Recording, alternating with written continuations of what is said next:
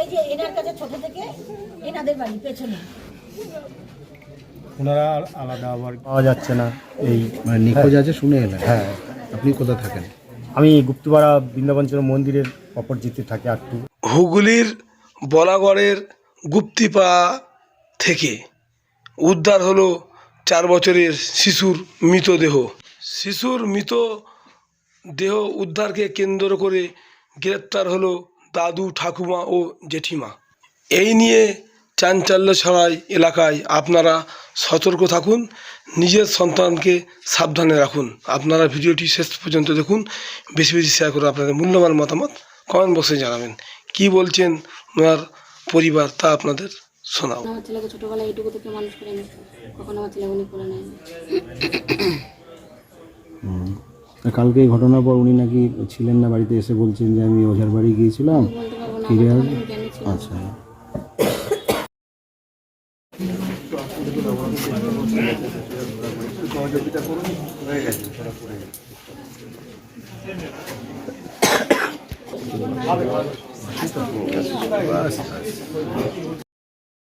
পাওয়া যাচ্ছে না। এই মানে নিখোঁজ আছে শুনে এলেন? হ্যাঁ, আপনি কোথায় থাকেন? আমি গুপ্তপাড়া বৃন্দাবঞ্চন মন্দিরের অপরজিতে থাকি একটু এগিয়ে গিয়ে থাকি। আপনার আত্মীয় আমার, এরা হ্যাঁ। তো আসেননি আগে?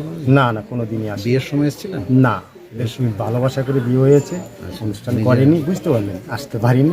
তবে আমাদের সম্পর্ক ভালো, যথেষ্ট ভালো সম্মানিত সম্পর্ক। হ্যাঁ, তা আমি হলাম ওর মানে জ্যাঠার মেয়েকে বিয়ে করেছি। হ্যাঁ, কি বলবেন এই ঘটনাটা? ঘটনাটা তো মর্মান্তিক ঘটনা, বুঝুন।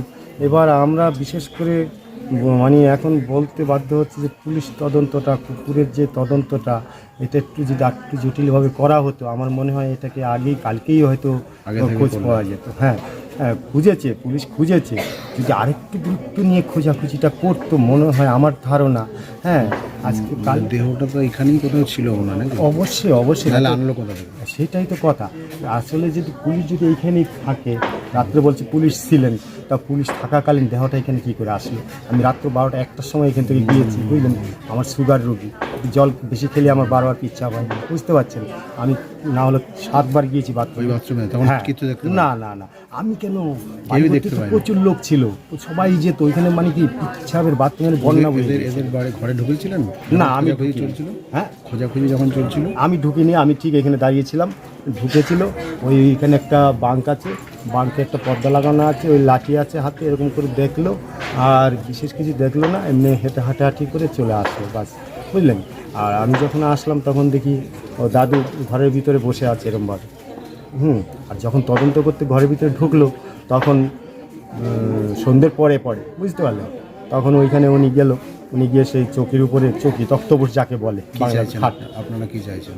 আমরা চাইছি এটা ভালো তদন্ত হোক, হ্যাঁ, দোষীকে ধরা হোক, সাব্যস্ত করা হোক, তার যেন উপযুক্ত শাস্তি হয়, এটাই আমরা আপনাদের কাছে বলি, ভগবানের কাছেও কামনা করি যে একটা এরকম বাচ্চা প্রাণীর চেয়েও বেশি ভালোবাসা হয় তাকে। হ্যাঁ, প্রতিটা লোক, এই এলাকার প্রতিটা লোক ওকে ভালোবাসে, শুধু ওনারা দুজন ছাড়া, বুঝতে পারলেন। কি নাম আপনার? আমার নাম সুধীর সরকার। আমি বাচ্চাটার মেয়ে। এই যে এনার কাছে ছোট থেকে এনাদের বাড়ি পেছনে। ওনারা আলাদা আবার ইয়ে আর কি, গোস, ওনারা হলো গোস। ওকে নিয়ে সরো, বাচ্চাটা তুলে কোনো লাভ হবে না, ওকে নিয়ে সরো।